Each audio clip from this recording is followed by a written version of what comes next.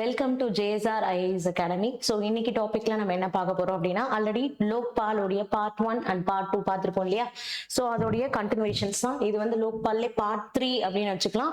Complete analysis in case of previous year question papers and then எதெல்லாம் exam ஓரியன்டா important பாயிண்டோ அதை base பண்ணி question and answers வடிவில் வந்து உங்களுக்கு கொண்டு வந்திருக்கேன். ஸோ இதை வந்து நீங்க கம்ப்ளீட்டா அனாலிசிஸ் பண்ணீங்கனாலே போதும். லோக்பால் முழுவதுமாக கம்ப்ளீட்டா இதுல முடிச்சாச்சு, சரிங்களா?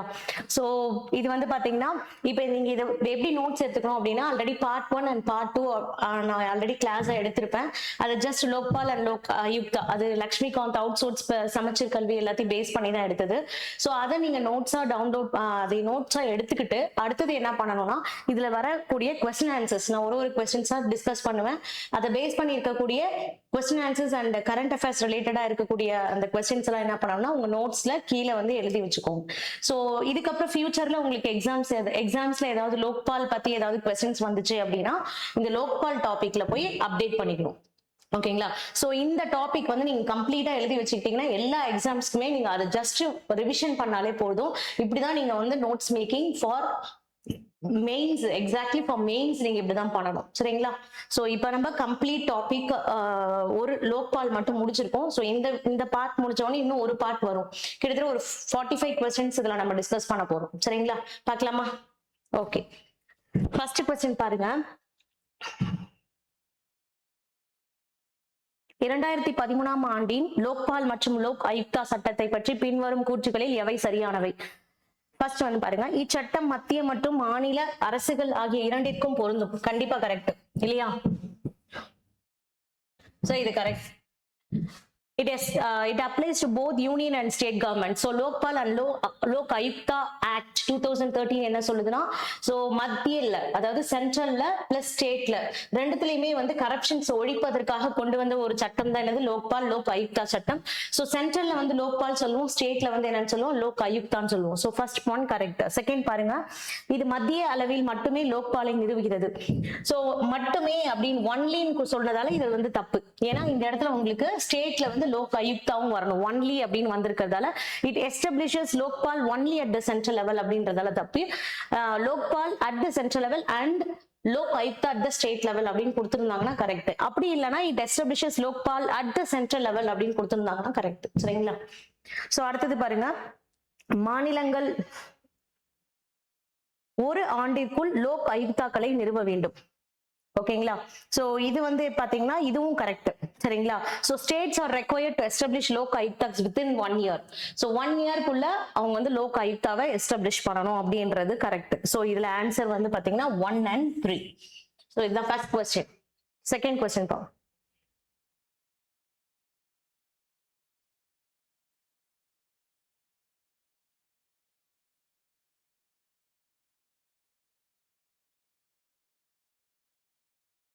ஓகே, செகண்ட் क्वेश्चन பாருங்க.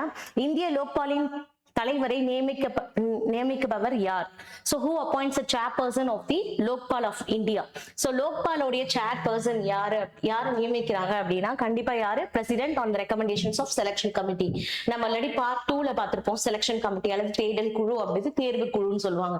சோ அந்த செலக்ஷன் கமிட்டினா என்ன, அது எப்ப ஸ்டார்ட் பண்ணது, யாருடைய தலைமையில ஸ்டார்ட் பண்ணது, அந்த குழு வந்து என்ன பண்ணும், இது எல்லாமே நம்ம பார்ட் 2ல போட்டிருக்கோம். அங்க நீங்க வந்து பார்ட் 2 வீடியோவை பார்த்துட்டு இந்த கொஸ்டின் பாத்தீங்கன்னா ரொம்ப தெளிவா புரியும். So answer வந்து president on the recommendations of selections committee.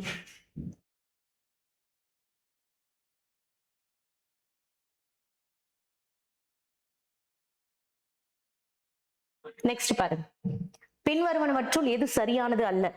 லோக்பாலிடம் விசாரணை பிரிவு உள்ளது. கரெக்ட். இன்வெஸ்டிகேஷன் டீம் இருக்கு. ஓகேங்களா? லோக்பாலிடம் வழக்கு தொடரும் பிரிவு உள்ளது. கண்டிப்பா இருக்கு, சரிங்களா? நெக்ஸ்ட், லோக்பால் குற்றம் சாட்டுபவர்களை நேரடியாக தண்டிக்கிறது. கண்டிப்பா கிடையாது. ஓகேங்களா? சோ இன்வெஸ்டிகேஷன்ஸ் லோக்பால் கிட்ட என்ன இருக்கு? இன்வெஸ்டிகேஷன் இன்கொயரி விங் இருக்கு, அடுத்தது ப்ராசிக்யூஷன் விங் இருக்கு. நெக்ஸ்ட் வந்து பாத்தீங்கன்னா டைரக்ட்லி பனிஷஸ் அக்யூஸ்ட் அப்படின்றது தப்பு. சோ டைரக்டா வந்து அக்யூஸ் பர்சன் அதாவது தண்டனைக்கு உட்பட்டவரை வந்து டைரக்டா பனிஷ் பண்ணாது, அதனால இது தப்பு. அடுத்து Lokpal can refer cases to CBI. So இவங்க வந்து விருப்பப்பட்டா அந்த கேஸை வந்து சிபிஐக்கு டிரான்ஸ்ஃபர் பண்ணலாம். சரிங்களா? இன்வெஸ்டிகேஷன்ஸ் அப்படின்னு எடுத்துக்கிட்டீங்க, என்கொயரி விங்னா சிபிசி சொல்லலாம், சிபிஐ எது வேணாலும் அது எந்த விசாரணை குழுவும் டிபெண்ட் பண்ணி இருக்கு. சரிங்களா? ஸோ அதனால இதுல ஆன்சர் வந்து பாத்தீங்கன்னா லோக்பால் டைரக்ட்லி பனிஷஸ் அக்யூஸ்ட் அப்படின்றது தான் என்னது தப்பானது. ஸோ அவங்க என்ன கேட்டிருக்காங்க, நாட் கரெக்ட் அப்படின்னு கேட்டிருக்காங்க. ஸோ ஆன்சர் வந்து சி.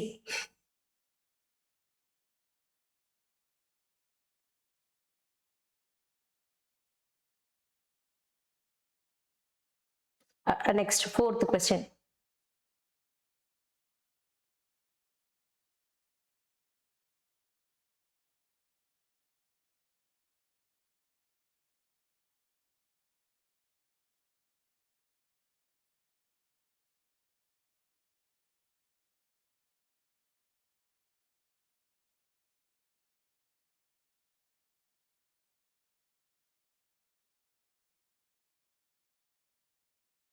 Okay, fourth question.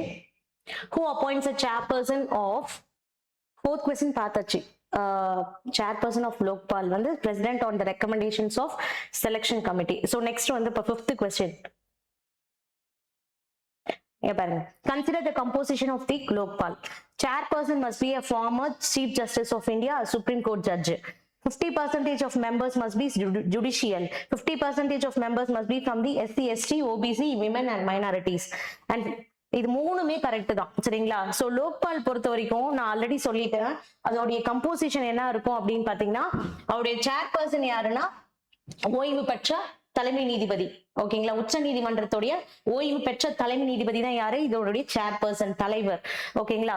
அடுத்து 50% வந்து ஜுடிஷியல் மெம்பர்ஸ் இருப்பாங்க, 50% வந்து எஸ்சி, எஸ்டி, ஓபிசி, விமன் மற்றும் மைனாரிட்டிஸ் பிரிவுல இருந்து வருவாங்க. சரிங்களா? இது மூணுமே கரெக்ட். அப்ப ஆன்சர் வந்து all are correct.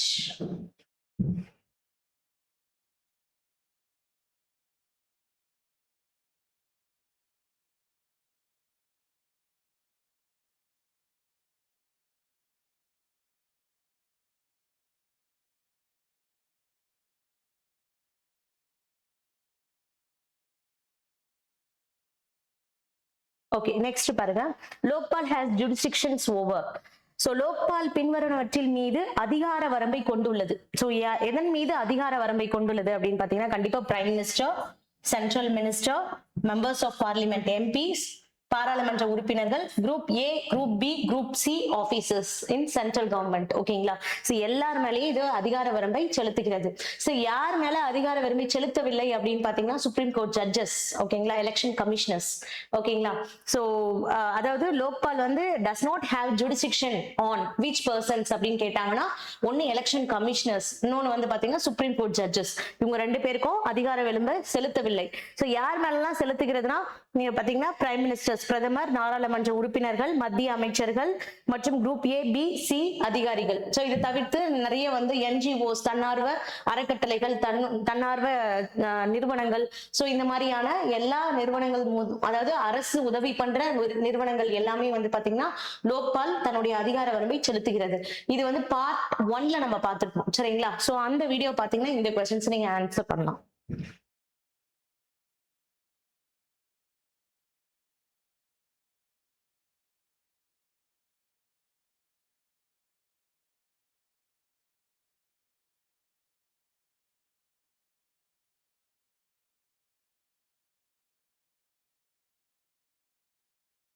Next 7th பாருங்க. Lokpal can investigate the prime ministers.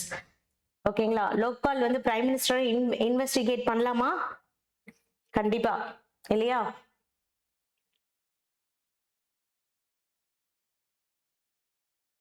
No immunity is provided to prime minister under the act. ஓகேங்களா?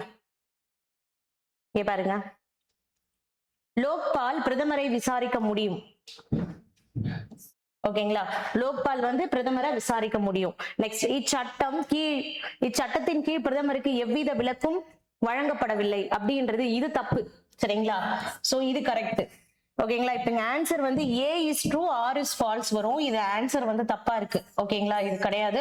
சோ லோக்பால் வந்து பிரதமரை விசாரிக்க முடியும். அதே மாதிரி பிரதமருக்கு வந்து சில விலக்குகள் இருக்கு, அவரை மட்டும் விசாரிக்கிறதுக்கு சில எக்ஸெப்ஷன்ஸ் இருக்கு. நான் ஆல்ரெடி சொல்லியிருப்பேன். இப்ப பிரதமரை வந்து நீங்க வந்து விசாரணை செய்யணும், அவர் மேல ஒரு புகார் வருது அப்படின்னா நீங்க எடுத்த உடனே எல்லாரையும் பண்ற மாதிரி போய் அவரை விசாரிக்க முடியாது. அவரை விசாரிக்கும் பொழுது அந்த விசாரிக்கிற டைம்ல எல்லாமே வீடியோ பதிவு செய்ய வேண்டும். ஓகேங்களா. அந்த புகார் அதாவது அந்த புகார் வந்து நிராகரிக்கப்பட்டால் அது ஏற்றுக்கொள்ளலன்னா அந்த விசாரணை செய்யக்கூடிய அந்த வீடியோ பதிவுகள் மற்றும் மற்ற ஆவணங்களை நீங்க என்ன பண்ணணும்னா வெளியே யார்கிட்டயும் கொடுக்க கூடாது, இல்ல வெளியில வந்து யார்கிட்டயும் அதை பத்தி எதுவும் சொல்லக்கூடாது அப்படின்றது லோக்பால் சட்டத்தோடைய முக்கியமான ஒரு அங்கம். சரிங்களா. சோ அப்ப இதுக்கு ஆன்சர் வந்து பாத்தீங்கன்னா A true or false. பிரதமருக்கு விலக்கு இருக்கு. சரிங்களா. எல்லாரும் மாதிரியும் பிரதமருக்கு நம்ம விசாரிக்க முடியாது. சரிங்களா. சோ இதெல்லாம் ரொம்ப முக்கியமான ஸ்டேட்மெண்ட் கொஸ்டின், எக்ஸாம்ல வர்றதுக்கு சான்சஸ் இருக்கு.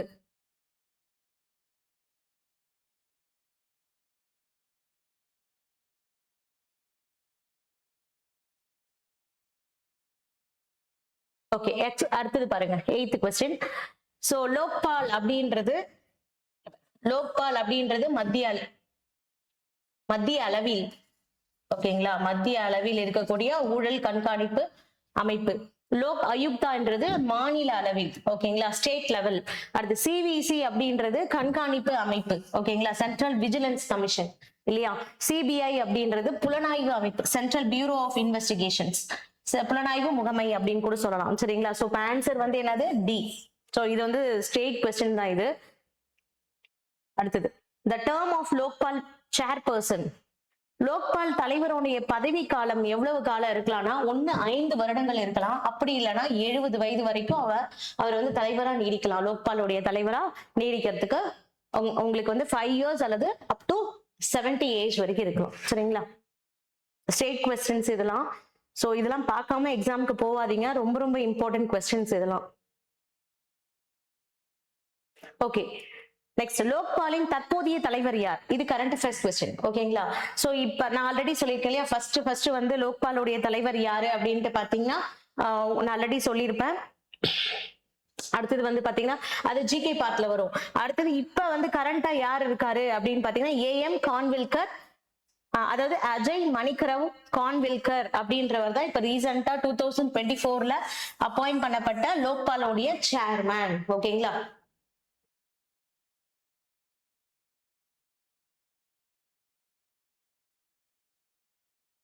சோ இதுல வந்து பினாகி சந்திர கோஸ் கொடுத்திருக்காங்களே, இவர் தான் ஃபர்ஸ்ட் லோக்பாலுடைய chairman. So first Lokpal chairman யாரு அப்படின்னு பாத்தீங்கன்னா பினாகி சந்திர கோஸ். ஓகேங்களா. இவர் வந்து பாத்தீங்கன்னா 2014ல இருந்து உங்களுக்கு ஃபர்ஸ்ட் லோக்பாலுடைய ஆணையம் வந்து ஏற்படுத்தப்பட்டிருக்கும். சரிங்களா.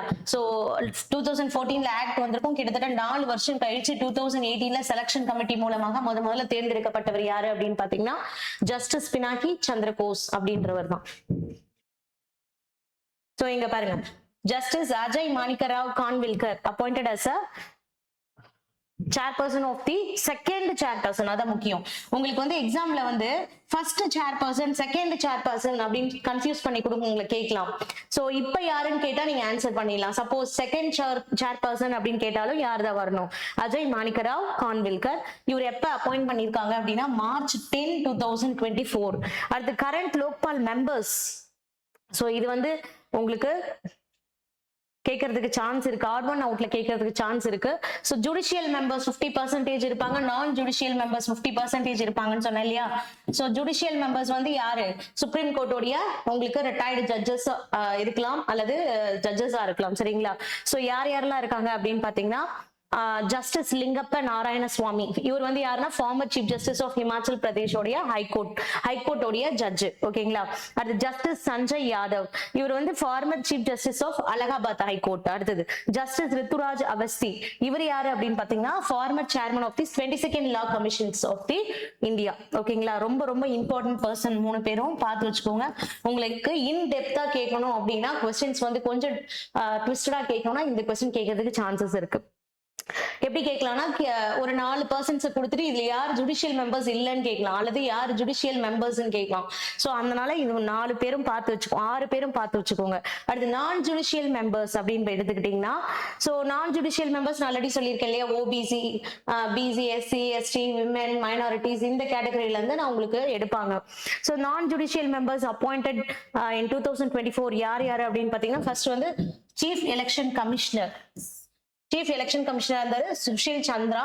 அதுக்கப்புறம் வந்து ஸ்ரீ பங்கஜ் குமார், ஸ்ரீ அஜய் திர்கி. இவங்க 3 பேர் வந்து நான் judicial members.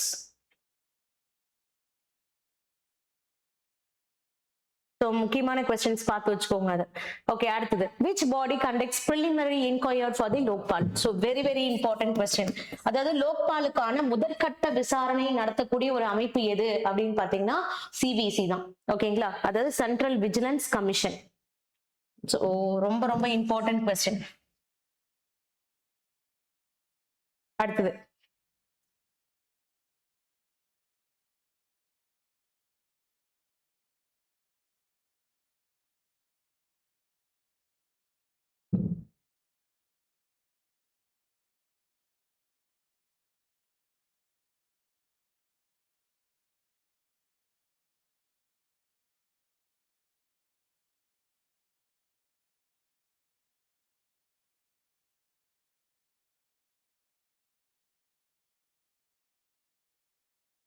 okay, minimum number of members in Lokpal. So maximum numbers எவ்வளவு சொல்லிருக்காங்க, 8 members ன்னு சொல்லிருக்காங்க இல்லையா. So minimum யாரு அப்படின்னு பாத்தீங்கன்னா minimum members of Lokpal வந்து ஃபிக்ஸ் பண்ணல இது வரைக்கும். So அதாவது லோக்பாலில் இருக்க வேண்டிய குறைந்தபட்ச உறுப்பினர்களுடைய எண்ணிக்கை வந்து இன்னும் இது வரைக்கும் ஃபிக்ஸ் பண்ணல. So ஆன்சர் வந்து டி இதுக்கு.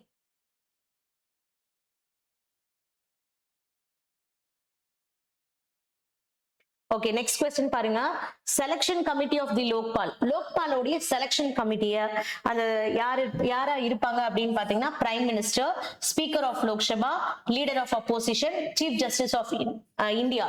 சீஃப் ஜஸ்டிஸ் ஆஃப் இந்தியா இருக்கலாம், இல்ல அவரு நாமினேட் பண்ணக்கூடிய ஏதாவது ஒரு பர்சனா இருக்கலாம், தகுதி உள்ள ஒரு நபரா இருக்கலாம். சோ அப்ப ஆன்சர் வந்து யாருன்னு பாத்தீங்கன்னா 1 2 3 4 3 பேரும் 4 பேருமே வருவாங்க. சரிங்க, இந்திய லோக்பாலின் தேர்வு குழியில் பின்வருவோர் அடங்குவர். சோ அந்த தேர்வு குழுல யார் யாரெல்லாம் பங்கேற்பாங்க அப்படின்னு பாத்தீங்கன்னா இவங்க 4 பேரு. நான் ஆல்ரெடி பார்ட் 2ல போட்டிருக்கேன், பார்க்காதவங்க பாத்துக்கோங்க.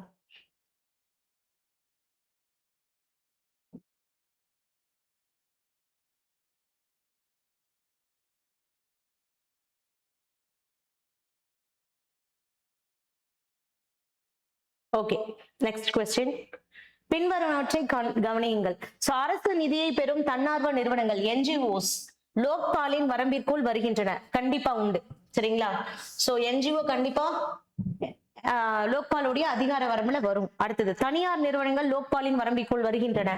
சோ பிரைவேட் கம்பெனிஸ் வராது. அடுத்து தேர்ட் கொஸ்டின் பாருங்க. Lokpal covers MPs. கண்டிப்பா நாடாளுமன்ற உறுப்பினர்களை கவர் பண்ணும். சோ ஆன்சர் வந்து 1 and 3.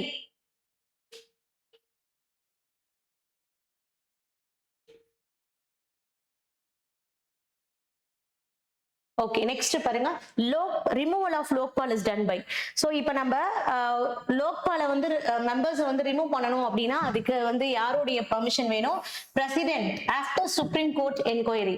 சுப்ரீம் கோர்ட் வந்து முறைப்படி விசாரணை நடக்கும். அந்த விசாரணை நடைபெற்ற பிறகு அவர் ஊழல் செஞ்சிருந்தாரு, இல்ல அவர் தகுதியற்றவரா இருக்காரு அந்த போஸ்டிங்க்கு அப்படின்னா கண்டிப்பா வந்து அவங்கள தகுதி நீக்கம் செய்யப்படும். சோ அப்ப ரிமூவல் ஆஃப் லோக்பால் வந்து யாரு அப்படின்னு பாத்தீங்கன்னா பிரசிடென்ட் தான்.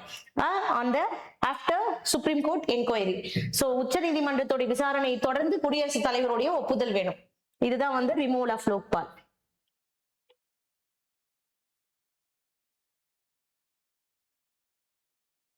Okay, next the Lokpal chairperson can be. லோக்பாலுடைய சேர்பர்சனா யார் பார்க்கலாம்?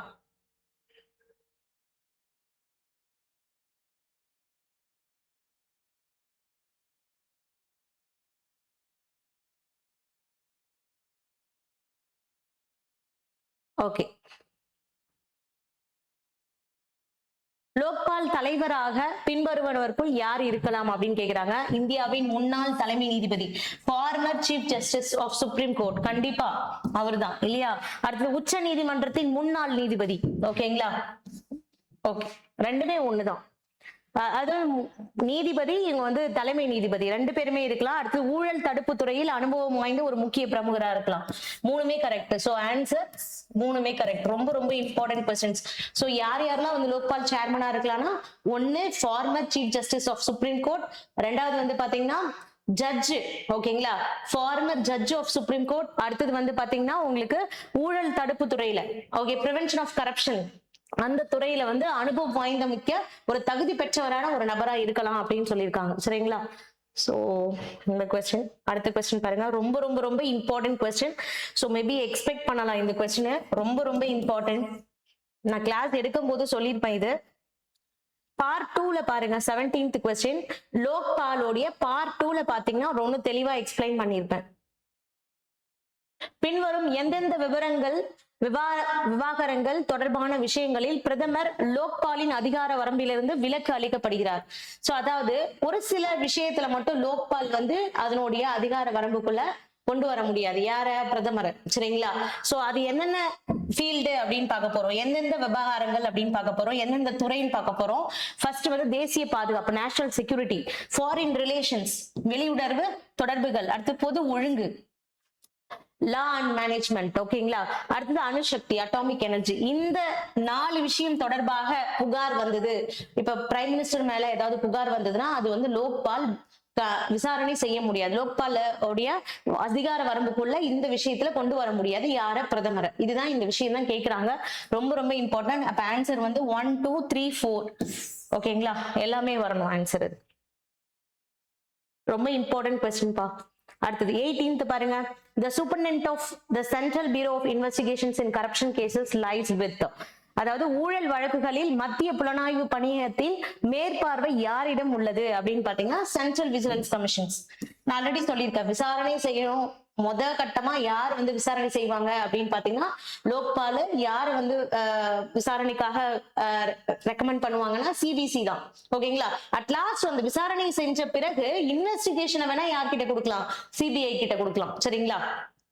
புலனாய்வு, சாரி, இன்வெஸ்டிகேஷன் வந்து சிபிசி கிட்ட தான் கொடுப்பாங்க. புலனாய்வு, ஓகேங்களா, அது வந்து பாத்தீங்கன்னா சிபிஐ கிட்ட கொடுப்பாங்க. சரிங்களா?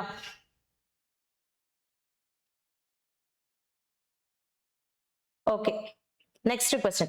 Which body conducts preliminary inquiry into Group A officers? இது வந்து கொஞ்சம் இன்டைரக்டா கேட்டிருக்காங்க. அதாவது குரூப் ஏ ஆபீசர்ஸ் இருக்காங்க இல்லையா, அந்த அதிகாரிகளுக்கு எதிரான விசாரணையை வந்து எந்த அமைப்பு தொடங்கும் சொல்றாங்க? as usual சிபிசி தான். அது வந்து group A, B, C, D எதா இருந்தாலும் பரவாயில்ல, லோக்பாலோடைய அதிகார வரம்புக்குள் வரக்கூடிய எல்லாருமே வந்து கட்ட விசாரணை யார், எந்த அமைப்பு செய்யும் அப்படின்னு பாத்தீங்கன்னா சென்ட்ரல் விஜிலன்ஸ் கமிஷன் தான் செய்வாங்க. இந்த இடத்துல உங்களுக்கு குரூப் ஏக்கு பதிலா வந்து உங்களுக்கு வேற ஏதாவது கூட கொடுக்கலாம். எம்பின்னு கொடுக்கலாம், மெம்பர் ஆஃப் பார்லிமெண்ட் கொடுக்கலாம், சென்ட்ரல் மினிஸ்டர்ஸ் கொடுக்கலாம், கேபினெட் மினிஸ்டர்ஸ் கொடுக்கலாம், எப்படி வேணாலும் கேட்கலாம். உங்களுக்கு ஜெனரலா ஒன்னே ஒரு விஷயம் ஞாபகம் வச்சுக்கோங்க, லோக்பாலோடைய விசாரணை வரம்புக்குள் வரக்கூடிய அனைத்து நபர்களுமே, மெம்பர்ஸுமே யாரால வந்து விசாரிக்கப்படுவாங்க, இன்வெஸ்டிகேஷன் பண்ணப்படுவாங்கன்னா சிவிசி தான், central vigilance commission. Okay, next question. Lokpal submits annual report to, ரொம்ப ரொம்ப இம்பார்ட்டன்ட் क्वेश्चंस. லோக்பால் தனது ஆண்டு அறிக்கையை யாரிடம் சமர்ப்பிக்கிறது? Answer president.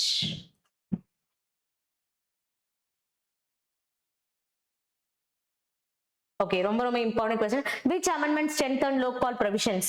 அதாவது லோக்பால் தொடர்பான விதிகளை வலுப்படுத்திய சட்ட திருத்தம் எது அப்படின்னு கேக்குறாங்க. இது வரைக்கும் லோக்பால்ல எந்த ஒரு சட்ட திருத்தமும் பண்ணல.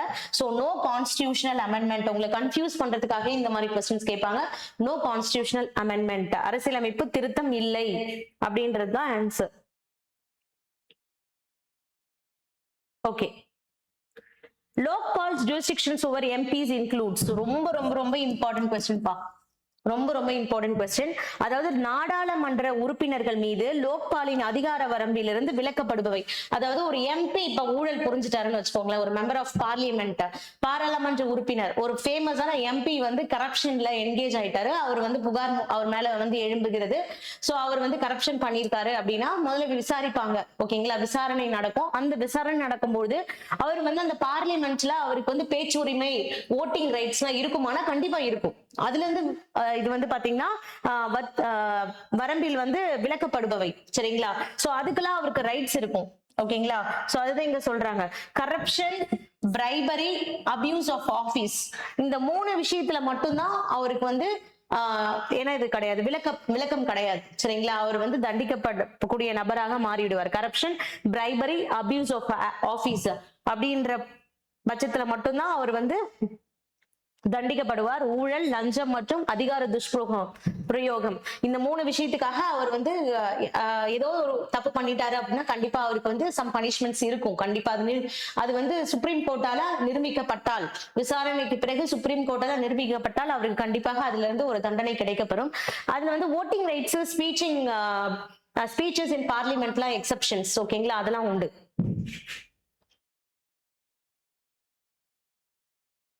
Okay, next. Which of the following statements is correct? பின்வரும் கூற்றுகளில் எது சரியானது? லோக்பால் சிபிஐக்கு மாற்றாக உள்ளது. அடுத்து, சில வழக்குகளில் லோக்பால் சிபிஐயை மேற்பார்வையிடுகிறது. சோ லோக்பால் ரீப்ளேசஸ் சிபிஐ அப்படின்றது தப்பு. ஓகேங்களா? லோக்பாலுக்கு சிபிஐ மாற்றாக உள்ளது அப்படின்றது தப்பு. ஏன்னா லோக்பாலுக்கு வேலை செய்யதான் உங்களுக்கு சிபிசி, சிபிஐ ரெண்டுமே இருக்கு. சோ லோக்பாலுக்குன்னு ஒரு தனி அமைப்பு இருக்கா இன்வெஸ்டிகேஷனுக்கு, புலனாய்வுக்கு அப்படின்னா கிடையாது. சரிங்களா? அது வந்து எதை டிபெண்ட் பண்ணிருக்கு? ஒண்ணு சிபிசி டிபெண்ட் பண்ணிருக்கு இன்வெஸ்டிகேஷனுக்கு, அப்படி இல்லைன்னா புலனாய்வுக்கு சிபிஐ டிபெண்ட் பண்ணிருக்கு. சரிங்களா? சோ அதனால அதுக்குன்னு தனியான ஒரு அமைப்பு கிடையாது. ஓகேங்களா? அப்ப ரீப்ளேஸ் சிபிஐன்றது தப்பு. அடுத்தது, சில வழக்குகளில் லோக்பால் சிபிஐயை மேற்பார்வையிடுகிறது. கண்டிப்பா இப்ப ஒரு கேஸ் வந்து இருக்கு, லோக்பால் வந்து சிபிஐக்கு கொடுத்துட்டாங்க அப்படின்னா அந்த கேஸ்ல சிபிஐ என்னென்ன பண்றாங்க அப்படின்ட்டு கண்காணிக்கிறதுக்கு எல்லா ரைட்ஸும் யாருக்கு இருக்கு? லோக்பாலுக்கு இருக்கு. அடுத்து, லோக்பால் நீதித்துறையை கட்டுப்படுத்துகிறது. சோ இதுவும் தப்பு. ஓகேங்களா? அடுத்து, லோக்பால் நாடாளுமன்றத்தின் ஒரு பகுதியாகும்.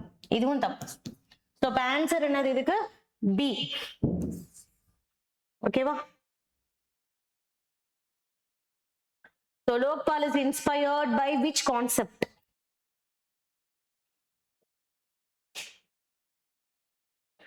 So லோக்பால் எந்த கருத்திலிருந்து உத்வேகம் பெற்றது அப்படின்னா என்னது? ஆம்பட்ஸ்மேன், குறை தீர்ப்பாளர் முறை.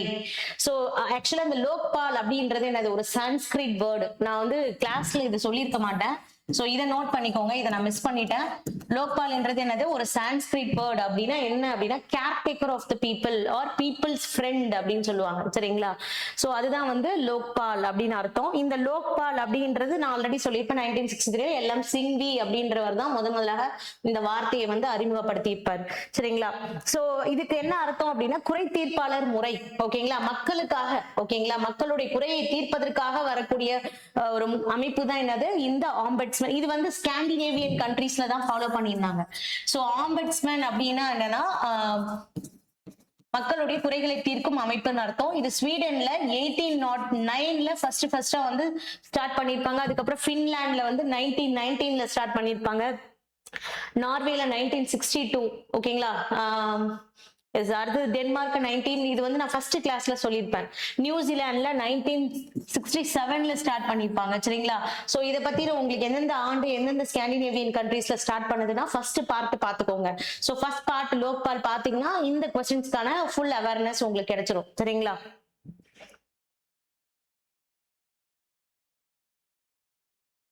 ஓகே, அடுத்த क्वेश्चन பாருங்க. பின்வருவனவற்றில் எது லோக்பால் மற்றும் லோக் ஆயுக்தாக்கள் சட்டம் 2013 அம்சம் அல்ல அப்படின்னு கேக்குறாங்க. It covers prime minister. கண்டிப்பா. ஓகேங்களா? It covers NGOs and threshold. It provides for Lok Ayukta. State லெவல்ல லோக் ஆயுக்தாவை ஏற்படுத்துகிறது. சோ பிரதமரை உள்ளடக்கியது, நீதித்துறையை உள்ளடக்கியது அப்படின்றது தப்பு. சரிங்களா? சோ பிரதமரை உள்ளடக்கியது, நீதித்துறையை உள்ளடக்கியது தப்பு. வரம்பிற்கு மேற்பட்ட அரசு சாரா நிறுவனங்களை உள்ளடக்கியது. கரெக்ட். அடுத்தது, லோக் ஆயுக்தாக்களுக்கு வழிவகை செய்கிறது. இதுவும் கரெக்ட். ஓகேங்களா? சோ இன்னைக்கு 25 கொஸ்டின்ஸ் பார்த்திருக்கோம். So next set of questions next ஒரு 20 கொஸ்டின்ஸ் கிட்ட இருக்கு. ஸோ அது நம்ம பார்ட் 4ல பார்ப்போம். ஸோ இந்த லோக் பால் அண்ட் லோக் ஆயுக்தா என்ன இன்னும் ஸ்டார்ட் பண்ணல. இது வரைக்குமே நம்ம 4 பார்ட் எதுக்கு மட்டும் தான் பார்த்திருக்கோம், லோக் பாலுக்கு மட்டும் தான் பார்த்திருக்கோம். இதை மட்டும் நீங்க அனலைஸ் பண்ணீங்கனாலே போதும். இதுல இருந்து கொஸ்டின்ஸ் நீங்க எது வந்தாலுமே அட்டன் பண்ண முடியும். அந்த அளவுக்கு தான் நம்ம எழுதியிருக்கோம். நம்ம வந்து கிளாஸ் பார்த்திருக்கோம். இந்த லோக் பால்ல ஏதாவது டவுட் இருந்துச்சு அப்படின்னா கீழே கமெண்ட்ல சொல்லுங்க. அதே மாதிரி உங்களுக்கு வேற ஏதாவது டாபிக் இந்த மாதிரி நம்ம ஒரு டாபிக்கா ஃபுல் அனாலிஸ் பண்ண போறோம், போத் ப்ரிலிம்ஸ் அண்ட் மெயின்ஸ். இப்போ வந்து ப்ரிலிம்ஸ்ல வந்து உங்களுக்கு MCQ டைப்ல கேட்பாங்க. PYQ பாத்தீங்கன்னாலே தெரியும் உங்களுக்கு, ப்ரீவியஸ் இயர் கொஸ்டின் பேப்பர்ஸ் லோக்கல்ல இருந்து எந்த மாதிரி கொஸ்டின்ஸ் கேட்டிருக்காங்கன்னு உங்களுக்கு ஒரு ஐடியா கிடைச்சிருக்கும். மெயின்ஸ்ல எப்படி கேட்பாங்கன்னா ஜஸ்ட் இதோடைய கம்போசிஷன்ஸ் என்ன அப்படின்ட்டு தான் கேட்பாங்க. செலெக்ஷன் கமிட்டினா என்ன, இப்ப 3 மார்க் அந்த மாதிரிலாம் கேட்கிறோம் அப்படின்னா உங்களுக்கு இந்த லோக்பால்ல இருந்து நம்ம பார்த்தோம் இல்லையா, அதுதான் வந்து உங்களுக்கு வேர்டிங்ஸ்ல எழுதுற மாதிரி இருக்கும், டிஸ்கிரிப்ஷன்ல எழுதுற மாதிரி இருக்கும், நீங்க டிஸ்கிரிப்டிவா எழுதுற மாதிரி இருக்கும். ஸோ இது வந்து நீங்க ஃபுல்லா படிச்சுட்டீங்கன்னா ஒரு டாபிக் ஓவர். இதுல இருந்து எப்படி கொஸ்டின்ஸ் கேட்டாலும் நீங்க ஆன்சர் பண்ற மாதிரி உங்களுடைய நோட்ஸ் எழுதி வச்சுக்கோங்க. இந்த நோட்ஸ்க்கு அப்புறம் ஒரு 2 பேஜ் விட்டுருங்க. அப்பதான் எங்களுக்கு புதுசா ஏதாவது ஆட் பண்ணணும்னா நீங்க ஆட் பண்ணிக்கலாம் இந்த டாபிக்ல. ஸோ இப்படிதான் நீங்க வந்து மெயின்ஸ்க்கு பிராக்டிஸ் பண்ணணும், ப்ரிலிம்ஸ் கம் மெயின்ஸ்க்கு. ஓகேங்களா? ஸோ இந்த ஒரு டாபிக் எழுதிட்டாலும் இதுலயே நீங்க ப்ரிலிம்ஸும் ஃபோக்கஸ் பண்ணிடலாம், பிளஸ் மெயின்ஸ்க்கும் நீங்க வந்து ஃபோக்கஸ் பண்ண முடியும். ஸோ இதை மாதிரி நம்ம வேற என்னென்ன டாபிக்லாம் பார்க்கலாம் அப்படின்றது கீழே கமெண்ட்ல சொல்லுங்க. நம்ம ஒவ்வொரு டாபிக்கா அனலைஸ் பண்ணலாம். சோ இதை தவிர்த்து உங்களுக்கு டிஎன்பிசியில வேற ஏதாவது டவுட் இருந்துச்சு, இல்ல எப்படி படிக்கணும்னு ஐடியா இல்ல அப்படின்னா, இல்ல எப்படி மெயின்ஸ் படிக்கணும் அப்படின்ட்டு ஐடியா இல்லைன்னா கீழே கமெண்ட்ல கொஸ்டின் பண்ணுங்க. கண்டிப்பா நான் ஆன்சர் ரிப்ளை பண்றேன். தேங்க்யூ.